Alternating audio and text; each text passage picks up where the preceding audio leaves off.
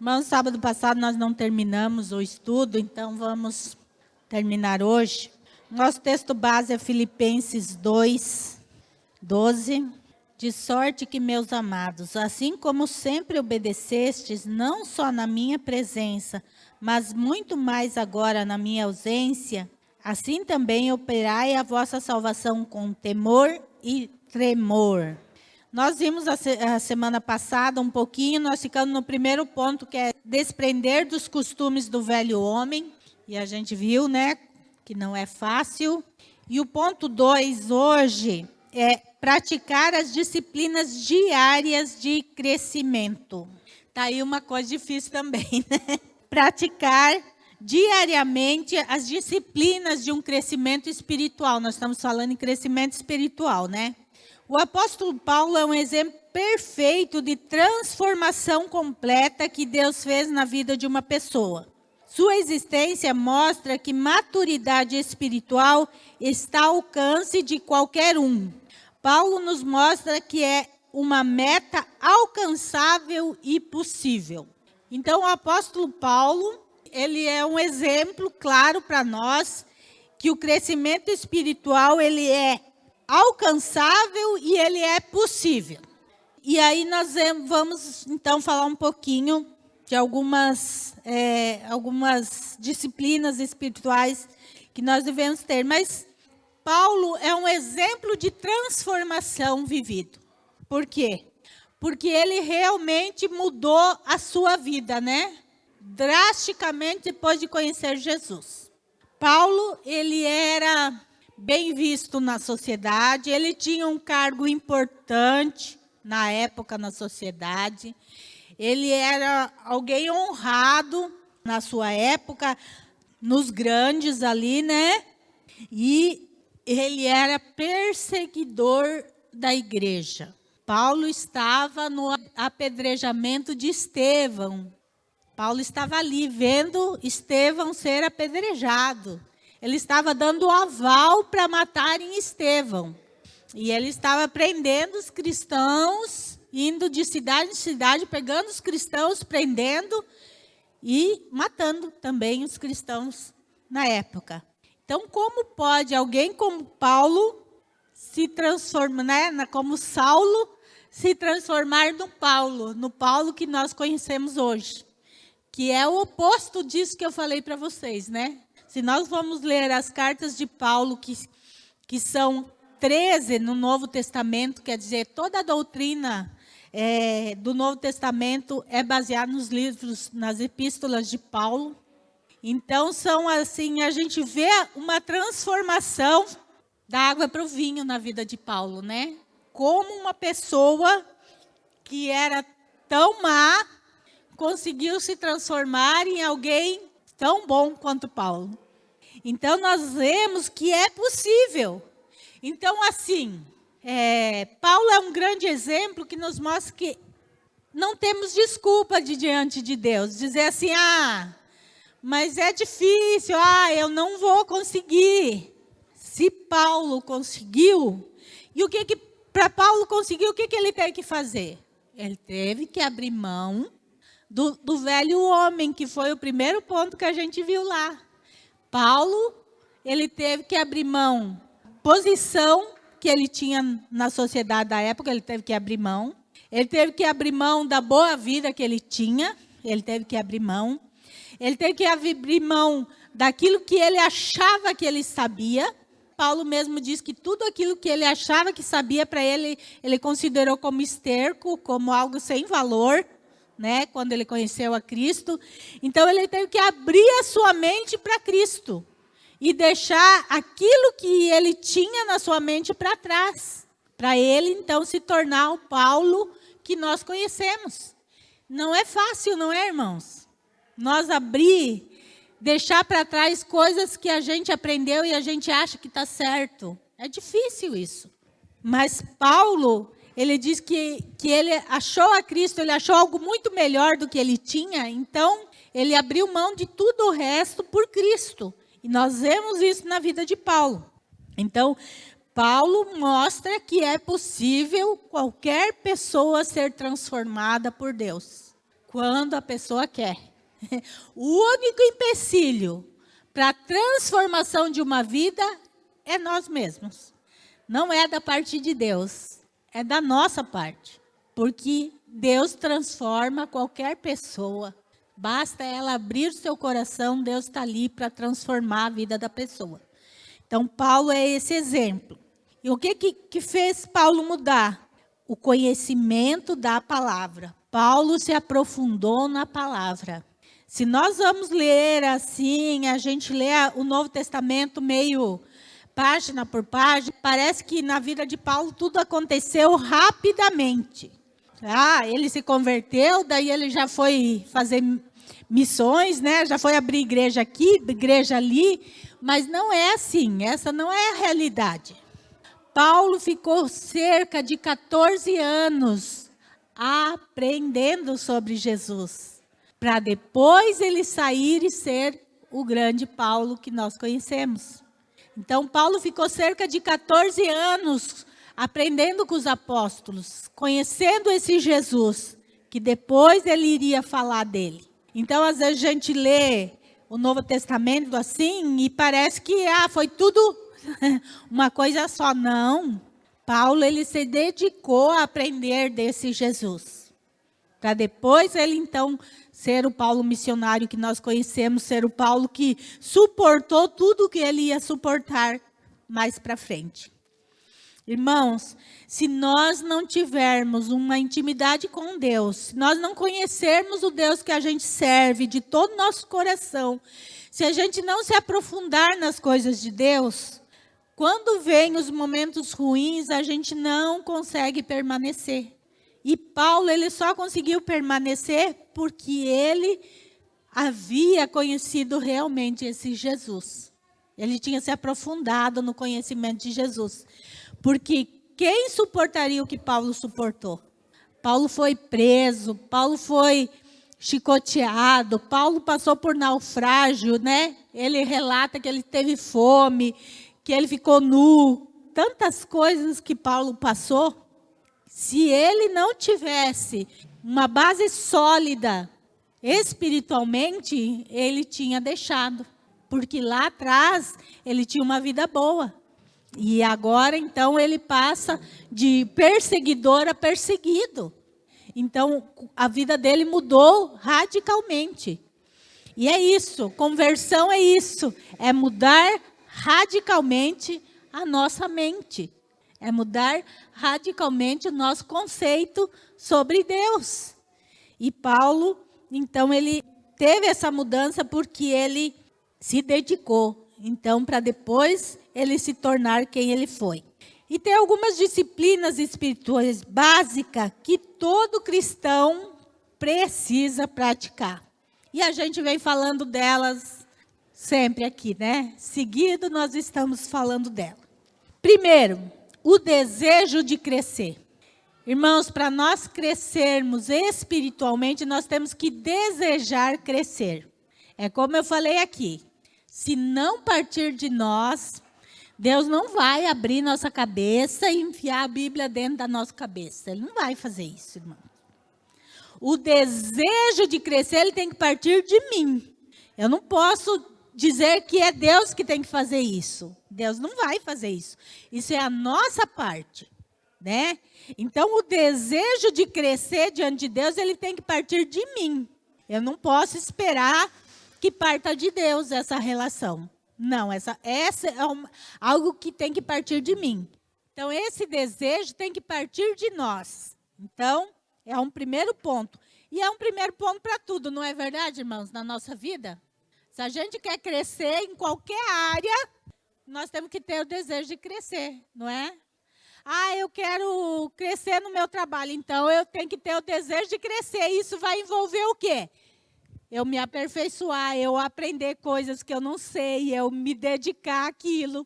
Porque senão, né? Eu quero crescer na empresa onde eu trabalho. Mas você não faz nada. Você continua lá, você não faz um curso, você não se especializa naquilo, você não procura estudar sobre aquilo. Irmão, você não vai subir de patamar. Para subir, você precisa se empenhar. Com as coisas de Deus é o mesmo processo. Se eu quero crescer espiritualmente, então eu tenho que seguir esse processo. Preciso me dedicar. Outra coisa, intimidade com o Espírito Santo. Isso é uma coisa que tem faltado na igreja do século 21. Intimidade com o Espírito Santo. Intimidade, o que é ter intimidade com o Espírito Santo? Como que a gente tem intimidade com o Espírito Santo? Conhecendo o poder de Deus, né? A Carol não estava aqui, não está aqui hoje, mas vocês lembram que ela falou nesse sábado aí? Que ela começou a ouvir, quando ela ia fazer alguma coisa, ela começou, Carol, ouvir. E isso quem faz em nós? O Espírito Santo.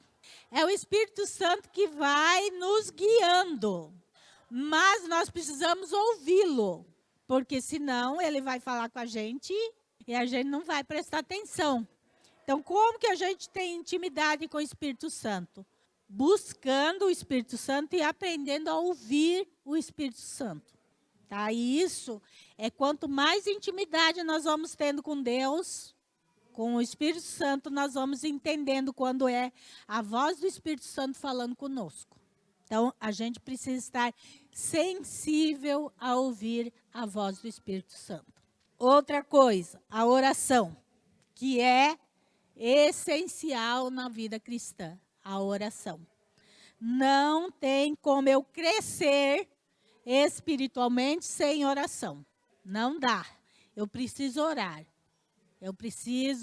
A oração é que me leva a ter intimidade com Deus. Então, quem pouco ora, pouco tem intimidade com Deus.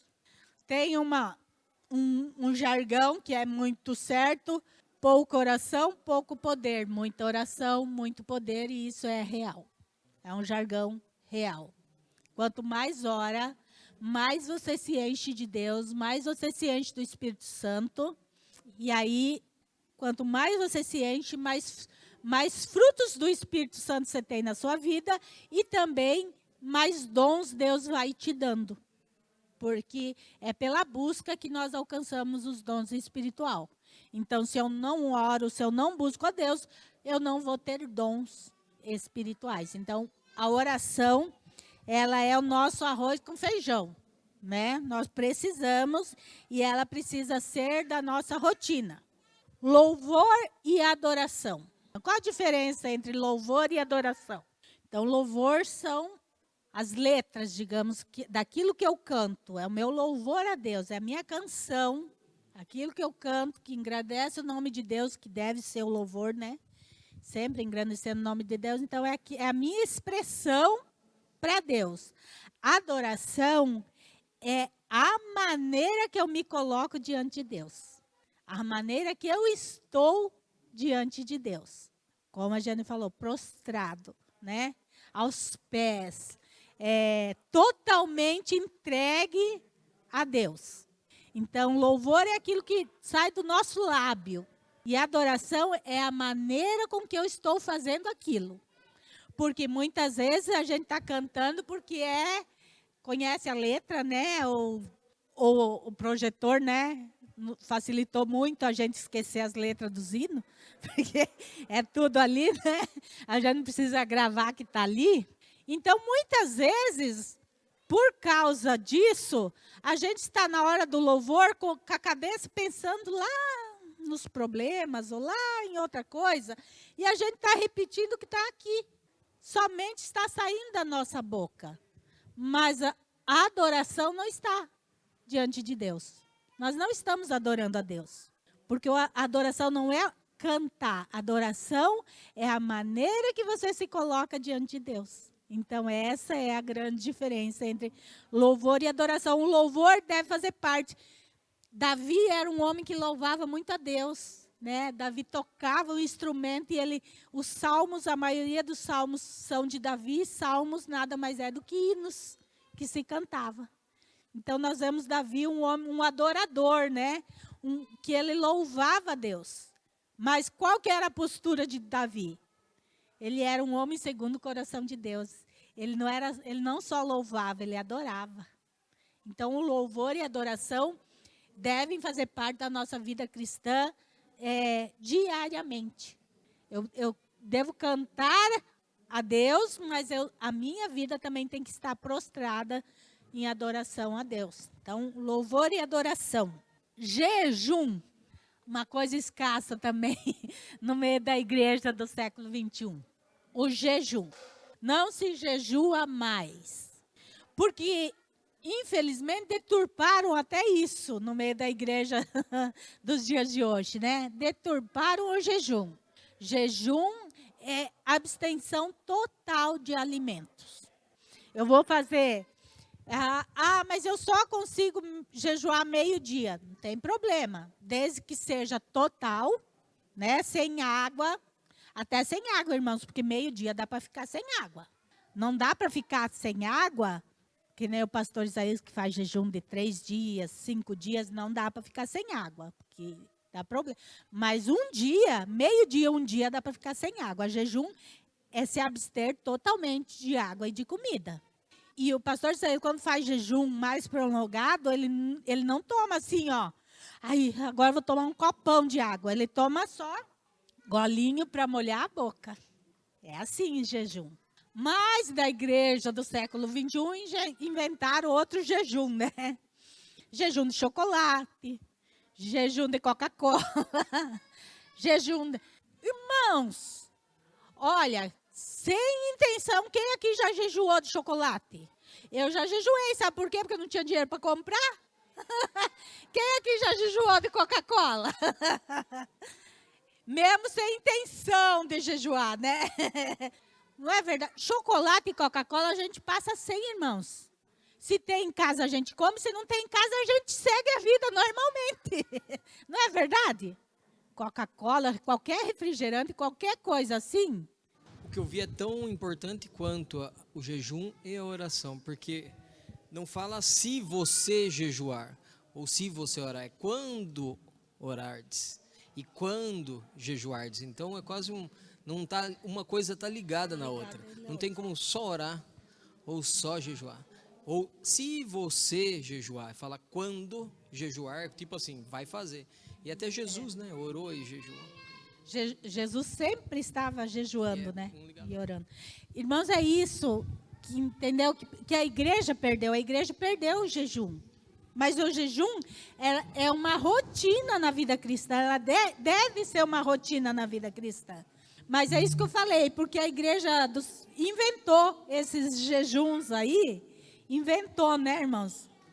Porque eu até concordo. Eu não consigo jejuar 3 dias, 5 dias. Eu não consigo.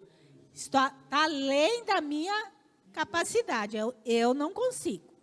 Mas meio-dia, um dia, dá para jejuar. Irmãos, eu só consigo meio-dia, beleza. Então, você tem que levantar às 6 da manhã e ficar, né? Jantar no dia anterior, levantar cedo no outro dia e ir até meio-dia. Agora, eu vou jejuar. Meio-dia, aí eu levanto 10 da manhã. Meio-dia acaba meu jejum. É fácil, né? Não é assim. Se é meio-dia, então é meio-dia bem. E o jejum, o que é? Eu sacrifico a minha carne para o meu espírito. Irmãos, há algo sobrenatural no jejum. Talvez algo que a nossa mente limitada não consegue entender. Mas o jejum, ele abre portas que nós não imaginamos. Nós não temos noção do que o jejum pode fazer. E nós não estamos jejuando. A gente jejua, às vezes, quando é pedido pelo pastor e tal, mas nós não temos o hábito do jejum.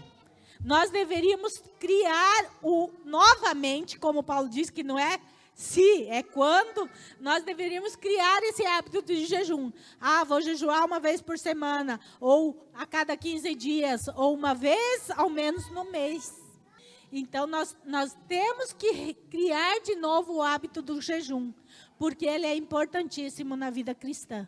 E tem se perdido, né? Tem se perdido o hábito do jejum. Então, nós precisamos voltar para o princípio. E o princípio foi jejum. Vocês acham que Jesus tinha pouca intimidade com Deus? Mas ele jejuava, não jejuava, irmãos? Ele orava. e ele jejuava. Então, quer dizer, nós somos mais do que Jesus, que a gente não precise. Então, nós precisamos voltar a resgatar. Jejum faz parte da nossa vida cristã.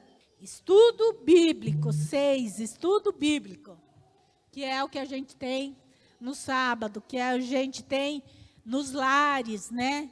Principalmente para os novos convertidos, a gente dá estudo nos lares. Por que do estudo nos lares? Primeiro, que os estudos de sábado com os estudos do lares são diferentes, né? O estudo do lares é o princípio da vida cristã. É como é, você vai conhecer quem é Deus, quem é Jesus e isso. Então, o estudo no lares é o começo para a gente entender a vida cristã. Importantíssimo para quem está começando. Porque quem está começando não sabe nem procurar os livros na Bíblia. Então, nos lares, nós temos liberdade também de perguntar, de questionar. Então, o estudo nos lares é importantíssimo para os novos convertidos. E o estudo da Bíblia também, que nós temos aos sábados, é importantíssimo. Aqui já é os passos da vida cristã. Como eu me comporto no meu dia a dia na vida cristã. Então, estudo bíblico. E o 7º é nosso devocional. Isso que eu falei são coisas que devem fazer parte da nossa vida diária. Que é o que a gente sempre fala aqui, o devocional, né? Tenha o seu momento devocional com Deus. Você e Deus. Irmão, se você tem o desejo de crescer, se você tem intimidade com o Espírito Santo, se você é uma pessoa de oração, que você participa dos estudos bíblicos, faz jejum, o devocional é natural para você. Não vai ser pesado fazer devocional. Vai ser prazeroso fazer devocional. Irmãos, e a gente vê o crescimento de quem faz devocional todo dia e de quem não faz. É impressionante. Nossos jovens têm ido em alguns cultos de outras igrejas aqui, e como a gente faz parte do grupo de pastores, seguido a gente ouve, mas os seus jovens são diferentes. Os jovens da sua igreja são diferentes. A maneira de vocês é diferente. O que tem de diferente nos nossos jovens? A palavra, eles conhecem. Os nossos jovens todos fazem devocional, eles conhecem. Eles não é qualquer conversinha, não é qualquer conversinha que leva os nossos jovens, não. Eles conhecem a Bíblia. E aí, as pessoas de fora, mesmo de outras igrejas, né, que deveria ser natural e igual, vê a diferença. Mas os jovens de vocês são diferentes. Mas é diferente. Eu já contei aqui, né, mas a Roberta, a nossa Robertinha do Louvor, ela trabalha com uma pastora de outra igreja. E aí teve um encontro de pastoras aqui, e eu fui e sentei na mesa com essa pastora, e ela assim, ela veio me contar como se ela tivesse descoberto algo extraordinário. Então, aquela sua ovelhinha lá, você acha, ela estava me falando e me mostrou os devocionais, aquilo que ela faz todo dia, lá da Bíblia. Eu falei, os devocionais? Ela me mostrou. Nossa, que coisa maravilhosa. Assim, a mulher estava espantada com os devocionais da Roberta. Como se fosse uma coisa assim. Né? A Roberta. Aí ela disse que manda para o pastor. Eu falei, manda. Falei, lá na igreja, todos os nossos jovens fazem devocional. E muita boa parte dos adultos também. Todos fazem devocional todo dia, e todo dia manda para o pastor. Não, ela é uma pastora, ela não sabia o que era devocional. A gente já vem aí de algum tempo, mas eu até comentei com o pastor Isaías, que a gente foi lá, e falei para ele que eu nunca tinha lido a Bíblia, nem 1% dos devocionais de agora. Tipo, nem entendi o que era o Evangelho de Mateus, nem sabia o que era que ele estava escrevendo a carta. Tipo, muita coisa. Nunca, na nossa igreja, nunca foi incentivada a estudar a Bíblia. Assim. Exatamente, não é incentivado a estudar a Bíblia. Irmãos, a Bíblia é o nosso pão. Nós precisamos conhecer. O que a Bíblia diz? O que Jesus diz? Conhecereis a verdade e a verdade vos libertará. Mas eu preciso conhecer, né? Porque senão ela não me liberta. Ela só me liberta se eu conhecer. E como que a gente conhece, irmãos? Aqui, ó, estudando nos devocionais. Por quê? Porque só na hora do culto, no estudo, é muito pouco. É uma vez por semana. E no dia a dia? No dia a dia é que a gente vai vendo e conhecendo e para poder colocar em prática na vida cristã. E é isso, irmãos, é uma pastora, ela se surpreendeu com a Roberta. Ela, assim, nem sabia o que era devocional. E aí a gente se pergunta, mas o que está sendo ensinado, então, nas igrejas? Se não é a palavra de Deus, o que está sendo ensinado para o povo que se diz povo de Deus? Se é de Deus, tem que ensinar de Deus, não é verdade? Então, as pessoas hoje não têm uma firmeza espiritual, porque os próprios líderes não estão ensinando o povo aquilo que precisa. Pode falar, Magda. Acho que é assim, se eles ensinar, aí eles vão ter que viver. E se eles não viver, o povo vai aprender e vai sair de lá. É difícil, né? Por exemplo, se alguém da liderança aqui da igreja vier ensinar alguma coisa aqui, diferente da palavra, o que vai acontecer? Ninguém aqui vai aceitar, não é, irmãos? Começar com os jovens e o restante da igreja vai chegar, pastor, me explique isso aí que eu não estou entendendo. É o que acontece, né? Os nossos jovens, de vez em quando, eles saem, e aí depois o pastor tem que ir lá atrás, porque eles estão cheios de perguntas. Ó, mas a gente viu isso. Por quê? Porque confronta, porque eles conhecem a palavra. Então, não tem como ser enganado, porque conhece a palavra. E é mais ou menos isso que a Magda deu. O líder, ele para ensinar, ele precisa viver primeiro, né? Nossa, irmãos, eu sempre fui assim. Se tem uma coisa que me deixa irritada faço o que eu digo, mas não faço o que eu faço. Sabe aquelas pessoas que têm um discurso muito lindo, mas na prática, na vida, né, fica só no discurso? Isso, para mim, eu acho terrível. É terrível em qualquer pessoa, é difícil em qualquer pessoa, mas no líder, né, é pior ainda. Então, a pessoa, ela precisa viver aquilo que ela vai ensinar. Tem muito disso sim, Magda. Porque quando a gente conhece, a gente não engole qualquer coisa. Né? Pode falar, irmã. Então, irmã, lá onde eu trabalho, tem muitas pessoas cristãs, né? E assim, eu sempre cumprimento todos eles, mesmo, independente de qualquer igreja, né? Aí tem uma colega minha, ela tem mais de 30 anos de evangelho, né? E aí um dia eu estava conversando com ela lá no serviço, né? E eu me referi à empresa como uma Babilônia, por causa de muitas coisas erradas que tem. Aí eu falei, pelo amor de Deus, falei para ela, esse lugar está virando uma Babilônia. Ela falou, o que é isso, Ivani? Falei, você não sabe o que é a Babilônia? Ela falou, não. Eu falei, a Babilônia era um lugar muito rico, mas era um lugar de prostituição, de coisas erradas. Um lugar que tinha muita... o que eu estava vendo hoje, né? Homem com homem, mulher com mulher, todas essas coisas erradas que existem hoje. Naquele lugar, já existia naquele tempo, naquele lugar, essas coisas. Ela falou, nossa, mas eu não sabia que existia isso na Bíblia.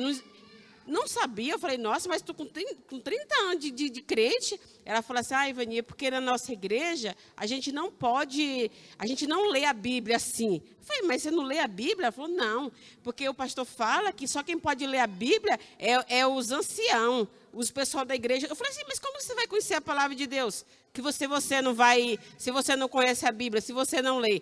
Aí ela falou assim, não, a gente vai na igreja, e o ancião pega a Bíblia, ora primeiro, depois ele pega uma palavra que está ali e ele passa para a igreja.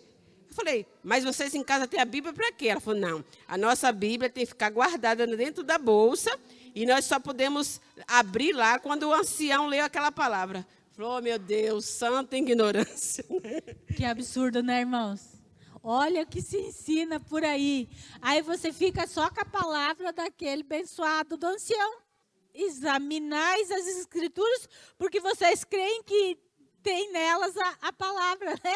Examinar, quer dizer, examinar é muito mais do que ler. Irmãos, está vendo a ignorância?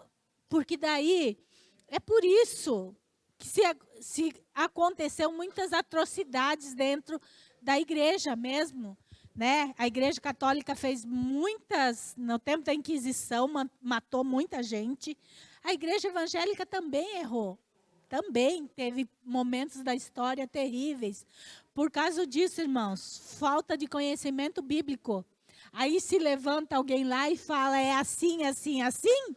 Você não conhece, né? Tem um documentário na Netflix, Comunidade, lá do Chile. Foi logo depois da Segunda Guerra Mundial, lá na Alemanha, começou a falar como se ele fosse o homem de Deus, sabe? Começou a reunir gente lá e tal, mas ele era um pedófilo. E aí houve uma denúncia lá na Alemanha e ele teve que fugir da Alemanha. Só que ele já tinha criado um grupinho lá na Alemanha, que ele estava, né? Aí ele teve que fugir e veio parar lá no Chile. E lá no Chile ele comprou, né, um monte de terra, porque naquela época era barato, né? E ele começou a trazer esses alemães da Alemanha, porque depois da Segunda Guerra ficou muito difícil para os alemães, né? Então muita gente queria sair de lá mesmo, né? E ele começou a trazer essas pessoas lá com uma visão de que ele era o homem de Deus. Essas pessoas vieram e fizeram dele quase um Deus. Eu acho que elas ouviam mais ele do que outras pessoas. Então, tudo que ele falava, aceitavam. E ele fez coisas horríveis ali. E ele era um pedófilo, ele abusou de crianças por décadas ali. Lá nos Estados Unidos teve um que se dizia, né, levou ao suicídio coletivo. Esse do Chile, ele separava as crianças dos pais. Os pais não criavam os filhos. Os filhos eram criados por uma outra pessoa, num lugar separado. E aí, é sempre assim, né? Essa é a estratégia da Babilônia. Lembram quando ela levou o povo cativo de Israel? Chegaram na Babilônia e trocavam o nome, né? Tentava destruir a cultura, por quê? O que ele fez? Os primeiros que chegaram lá, ele não podia, né? Mas as crianças, ele foi criando elas com a mentalidade que ele queria. É uma geração que daí não questiona. Por isso, irmãos, a importância de nós conhecer a Bíblia. Que nem a irmã Irani, olha só, 30 anos e a Bíblia fica guardada dentro da bolsa, não conhece nada. Ela fica só com a palavra do ancião. E se o ancião falar uma besteira, vai acreditar. Não é verdade? Por quê? Porque vê nele o homem de Deus.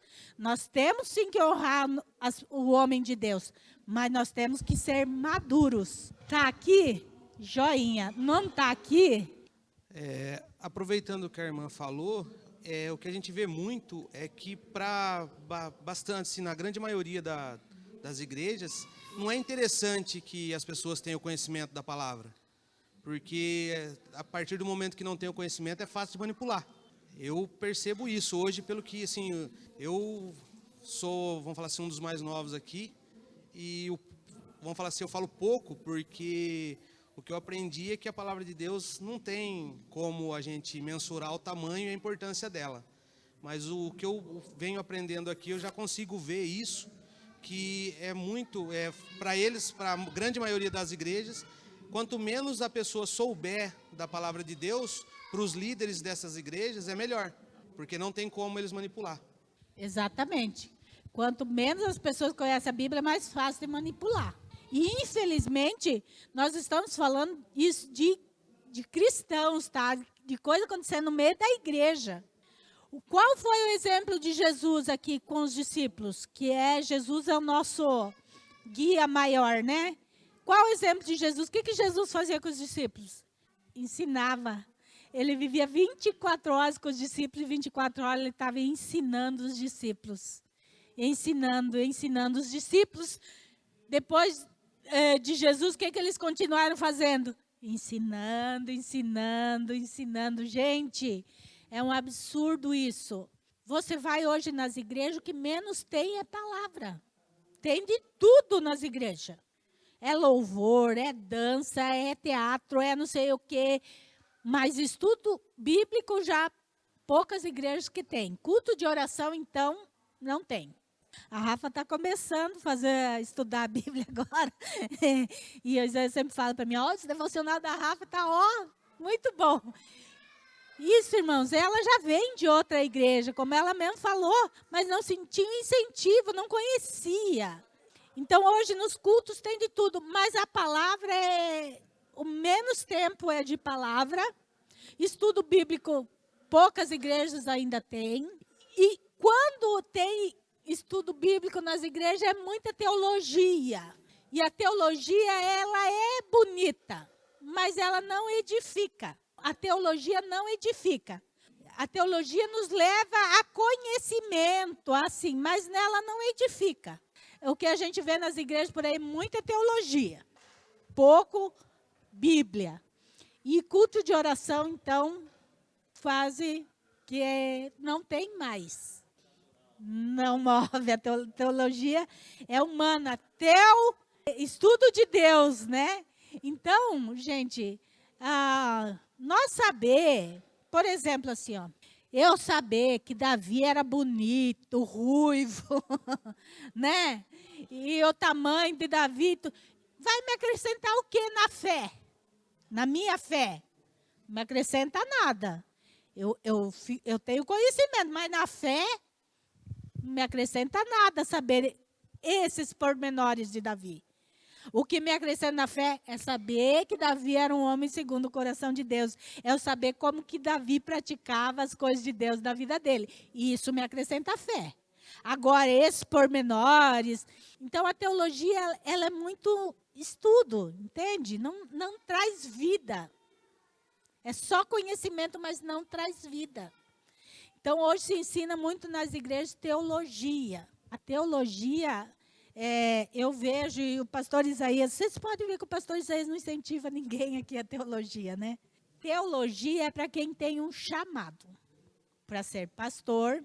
A nossa convenção exige teologia para ser consagrado pastor. Missionário precisa fazer teologia. Irmãos, é isso. Agora, para a igreja, no geral, se você não tem um chamado, não tem por que você estudar teologia. Eu conheço muita gente, irmãos, muita gente mesmo, porque a gente acompanha o nosso seminário muito. Muita gente que eu conheci de seminarista que hoje estão desviados. Fizeram teologia. Estão no mundo hoje. Então, a teologia não te leva para próximo de Deus. O que te leva próximo de Deus é conhecer a palavra, as escrituras. Teologia não garante nada. Conheço, olha, muitos que estudaram com Isa, que vinham na minha casa no final de semana, hoje estão todos desviados. Nem se formaram para o pastorado, mas estão no mundo. Por quê? Porque a teologia...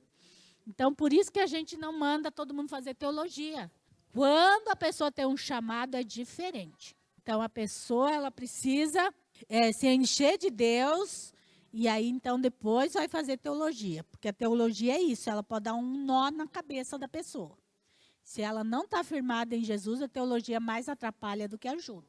É por isso que a gente não foca na teologia. Então, nós precisamos rever esses conceitos.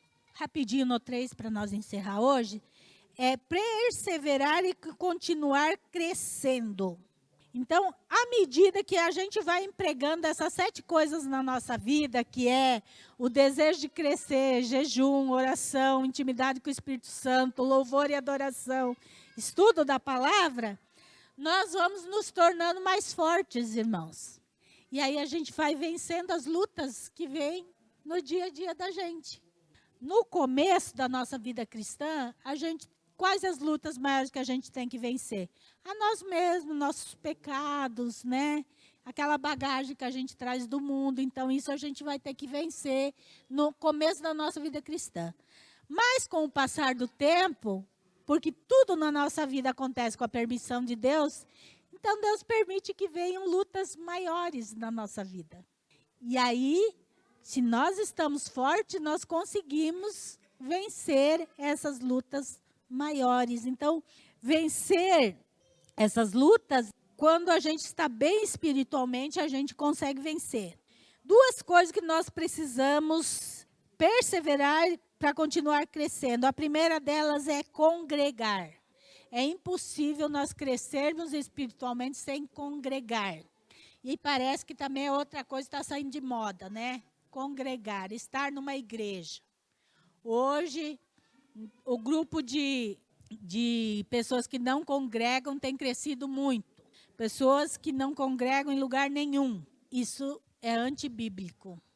Eu não consigo ser crente em casa. Não consigo ser crente em casa. Fica 1 mês, 2 meses sem vir na igreja, sem congregar, para ver se você vai se manter espiritualmente no mesmo nível. Não se mantém, irmãos. Né? É como, um exemplo bem claro para a gente entender, é como no meio de um fogo você tirar uma brasa do meio do fogo. O que acontece com essa brasa que se tira do meio do fogo? Deixa ela longe. Ela vai apagando. Ela precisa estar ali, no calor, junto com outros, para ela se manter. Então, essas pessoas que dizem que dá para ser crente em casa, elas estão totalmente erradas. Congregar faz parte da vida cristã. Jesus, ele não cumpriu sua missão sozinho. Ele sempre estava cercado de gente, ele estava sempre congregando. Os discípulos, eles estavam sempre congregando. Paulo, que nós falamos, o que Paulo fazia? Ia abrir igrejas. Se não era importante abrir igreja, por que Paulo ia se tornar missionário? Não é? Não, Paulo saía abrindo igrejas, lugar onde as pessoas iam congregar. Outra coisa que eu falei é vencer as provas e tentações. Difícil vencer, né? Mas vamos ler o texto de Tiago 1, versículo 2, diz assim: meus irmãos, tende grande gozo quando cairdes em várias tentações, sabendo que a prova da vossa fé produz a paciência. Tenha, porém, a paciência, a sua obra perfeita, para que sejais perfeitos e completos, sem falta em alguma coisa. Então, olha só, é para a gente ficar alegre quando passar por várias tentações. Oh, coisinha difícil isso, né? É difícil se alegrar na hora da tentação. Mas nós devemos saber, porque a prova, ela produz a paciência. Está aí uma coisa que nós temos que aprender de novo. Paciência. Essa geração do século 21 da internet tirou de nós a paciência. Gente, eu peguei essa semana me corrigindo eu mesma. Como a paciência está indo embora. Eu vou ver um vídeo, se ele demorar mais de 1 minuto, eu não vejo mais o vídeo. Ih, nossa, 3 minutos. Ah, não, muito demorado. 3 minutos. Muito demorado esse vídeo aqui. Gente do céu, o que é 3 minutos, né? Mas a coisa da rapidez, do agora, né? A gente quer tudo rápido, rápido, rápido. Paciência é uma coisa que está em escassez.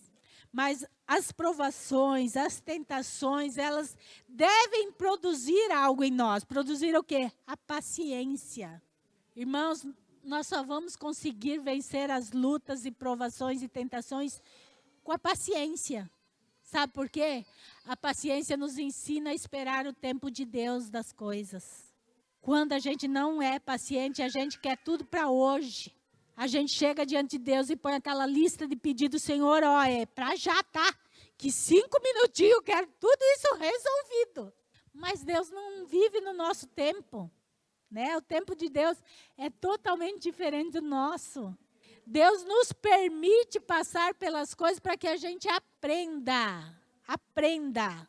Romanos diz que todas as coisas cooperam para o bem.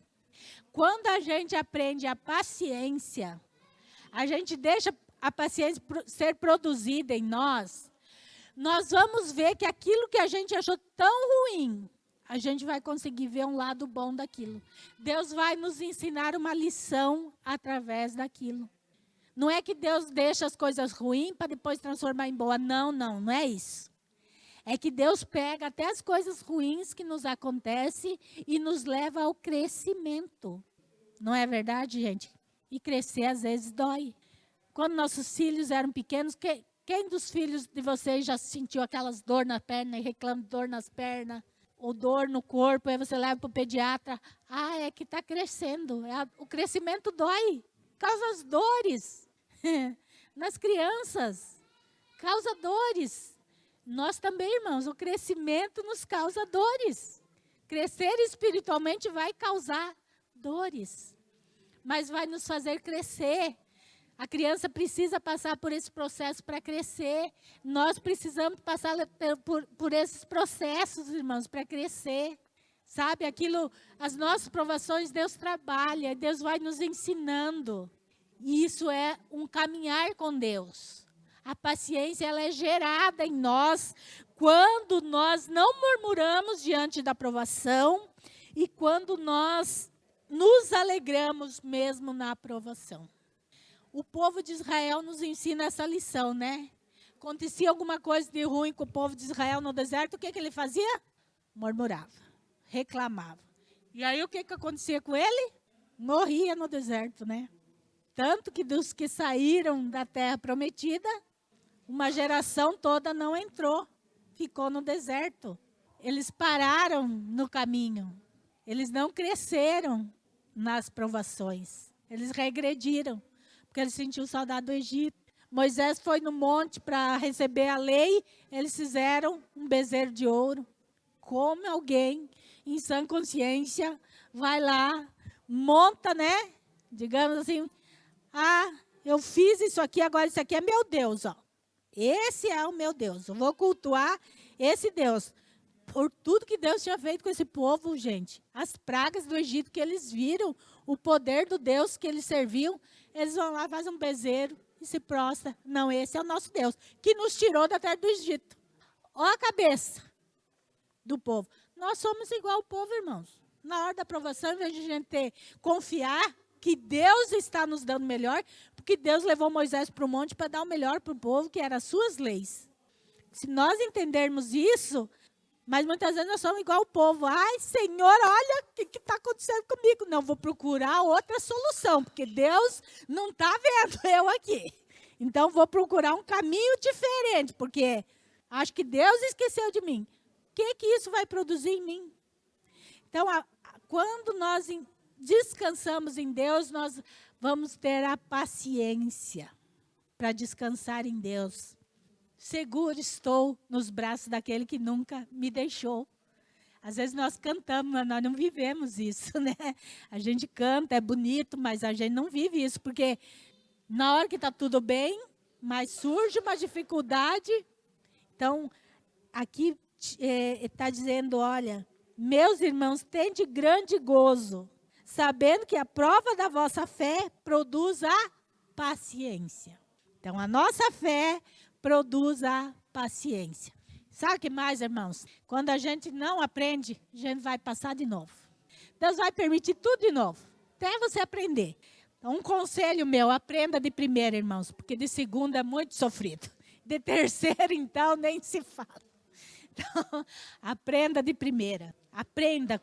Tem um hino mais antigo que eu gostava muito, que fala assim, quero aprender com meus erros e não mais cometê-los. Aprenda com os seus erros. Aprenda para não cometer de novo. Aprenda com as provações para não ter que passar de novo. Uma criança, quando ela faz uma prova na escola e não vai bem, o que acontece? Vai ter que estudar mais e vai ter que passar de novo pela prova. E assim é com nós, na nossa vida cristã. Então, vamos aprender, vamos crescer espiritualmente. Nós precisamos chegar à estatura do varão perfeito. Paulo diz que a gente não pode ficar como criança, como menino a vida inteira. Ser menino quer dizer estar no rasinho da nossa fé cristã, é o começo da nossa vida cristã. É os primeiros anos de vida cristã. Mas a gente não pode ficar ali. A gente tem que ir crescendo até a estatura do varão perfeito. Uma criança que não cresce tem problema. Uma criança que não se desenvolve é porque ela tem algo errado. Então, nós precisamos crescer, continuar crescendo.